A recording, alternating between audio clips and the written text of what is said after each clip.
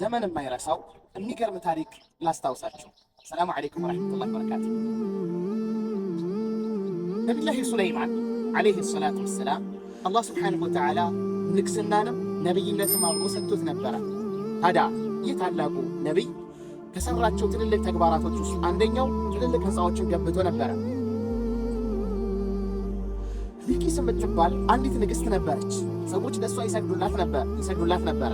ነገር ግን እሷ ያለችበትን ሁኔታ አንድ ሁድሁድ የተባለ ወፍ ሄዶ አይቶ ለነቢዩላህ ሱለይማን ዜና ይዞላቸው መጥቶ ነበር። ዜናውን በአግባቡ ካደመጡ በኋላ ነቢዩላህ ሱለይማን ምን አደረጉ? ይህችን ሴት ወደ ተውሂድ፣ ወደ አላህ አንድነት፣ እሷ ሊሰገድላት ሳይሆን እሷ መስገድ እንዳለባት ለማስተማር ጥሪ ያደረጉላት። ጥሪውንም አክብራ በውድም በግድ መጣች። ታዲያ የነቢዩላህ ሱለይማን አለይሂ ሰላቱ ወሰላም ህንፃ እጅግ በጣም የሚገርም ስለነበረ ቂለ ለሃ ድኹሊ ሰርሕ ተባለች።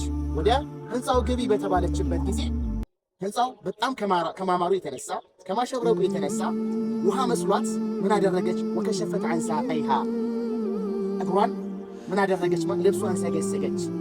እኔ የነቢዩላህ ሱለይማንን ታሪክ ሳይሆን ልጠቅስላችሁ የፈለግኩት ይህች ሴት ባረከላሁ ፊኩም ካፊር ከመሆኗ ጋር በአላህ አንድነት ካለማመኗ ጋር ወደ ኢስላም ከመግባቷ በስተፊት የለበሰችው ልብስ የረዘመ ነበረ። እህቴ ካፊር የነበረችዋ ቢልቂስ ከመስለሟ በስተፊት ረዥም ልብስ ትለብስ ነበር።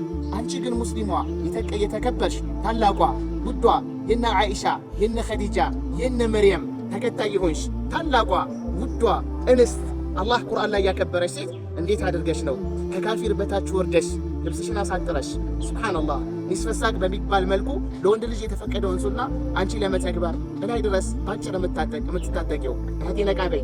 ሂጃብ ከበረሽ ነው። ሰፊ ልብስ ወደ ኋላነት ወይም ኋላቀርነት ላይ የሚወስድ ሳይሆን የዘመናዊነት ምልክት ነው። አላህ ሱብሓነሁ ወተዓላ በሂጃብ ላይ ያግዘን። ሰላሙ አለይኩም ወራህመቱላሂ ወበረካቱ።